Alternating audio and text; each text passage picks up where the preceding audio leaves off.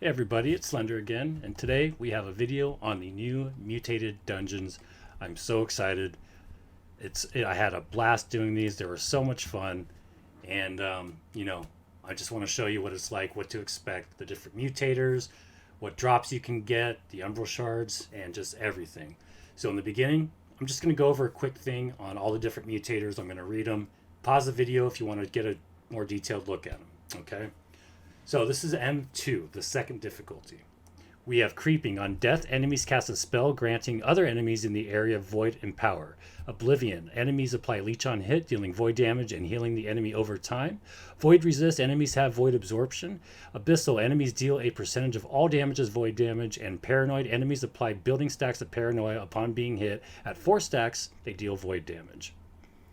Again, this is the M2 version, the second tier of the Mutator dungeons. And there's another look at that. We also have Indomitable. Vampire enemies heal a greater percentage of damage done. And Phalanx, they basically have a shield that blocks player projectiles. Now the players are going to have these debuffs. Blowback Void. Using abilities depletes a global affliction. When the affliction is depleted, a zone is cast on all players, which silences players in the area. After the affliction expires, the zones detonate, dealing void damage to players in the radius. And Truncated. While silence zones are active, all players lose natural mana regen. Standing in the zones grant a large amount of mana regeneration. Again, you can check the difficulty up there, and if you want to pause the video on any of these, go ahead and do so if I read it too fast, and there you go. Now, just a quick word. Again, this was so much fun. I love the stuff that they've added. I can't wait till this makes a live version. This is a pug group, and we did them, exceptionally well. I thought it was going to be a lot harder, but at the same time, the other tiers and the tier 10 are probably going to be pretty damn difficult. But yeah, this was so much fun. I can't wait for you guys to experience this. It just brings these old dungeons back to life. It's like a breath of fresh air. We actually have a reason to do these dungeons again, or expeditions, and I think it's a great thing that they're doing. You can count on them bringing more new expeditions and dungeons to the game, absolutely. But for now, this is satisfying me. It was a lot of fun, and yeah, had a great time. Great time, guys. So, just a couple things that you guys are gonna want to be made aware of. Since these mobs are gonna be doing more void damage, things like that, you're gonna want to spec or use the correct gems in all of your gear. Okay. So since they're doing void damage, you want to have the whatever the purple gems are you'll see me slotting them in the gear here in a minute. But it does definitely helps a lot of damage mitigation. You're going to need it. I'm currently in there with all 600 gear, and I'm going to show you the gear that I got out of the playtest boxes. So it's all 600, the weapons, the trinkets, everything, the gear. And yeah, you'll see that here in a minute when I go to slot the gems in there and show you guys what I'm using. Now, I don't know what was hitting me right there, but it hurt. So one of the main things that I noticed in here, obviously, other than the void damage, is you're going to get these little zones. Assuming it's a truncated thing or whatever it was that I listed off, you're going to get these little purple zones that appear underneath you. Just dodge out of them. It's that simple. If you're stuck in an animation, you can't dodge out of them. You might get one shot if you're in light. I'm wearing a mix of heavy, medium, and light to get the medium loadout. I'm wearing a heavy chest, heavy helmet, medium gloves and boots, and light legs. All focus. And then I have like 370 focused right now and 100 constitution. So that's what I'm rolling with. I don't even have blessed on my life staff. I just got refreshing move. But yeah, that's what I'm using. So I went in here with the group earlier, and I thought it was just a regular Dynasty. I even asked him, I said, is this M1 or is this a regular dungeon? Because the mobs were 55. At the mutation 1 level, which you have to beat before you can start a mutation 2 dungeon. Okay? So the mutation 1 level, I went in there, they're all 55 elites, silver and gold, just like what we're doing here. And the reason I knew it was actually a mutated dungeon is when I pressed the M button for your map, I was able to see the mutations, just like I am now. If you're in a regular dungeon, that doesn't show up.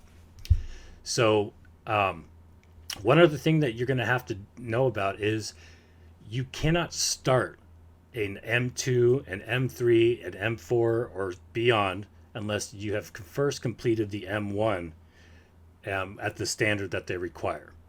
So to get past this one, I think we have to complete this M2 dungeon in silver to go to the next one. And it shows you in the menu when you go to start up the dungeon, like I showed you guys in the beginning. I should have spent more time looking at that so I could explain it, but I didn't. I got all gung-ho and just went right into the dungeon. So, yeah, if you want to be the party leader and actually start the group, if you have the orb, basically, you're going to have done M1 first to qualify and be able to start for M2. The mutator orbs, you don't have to make a specific orb for M2 or M3. It's just a universal orb.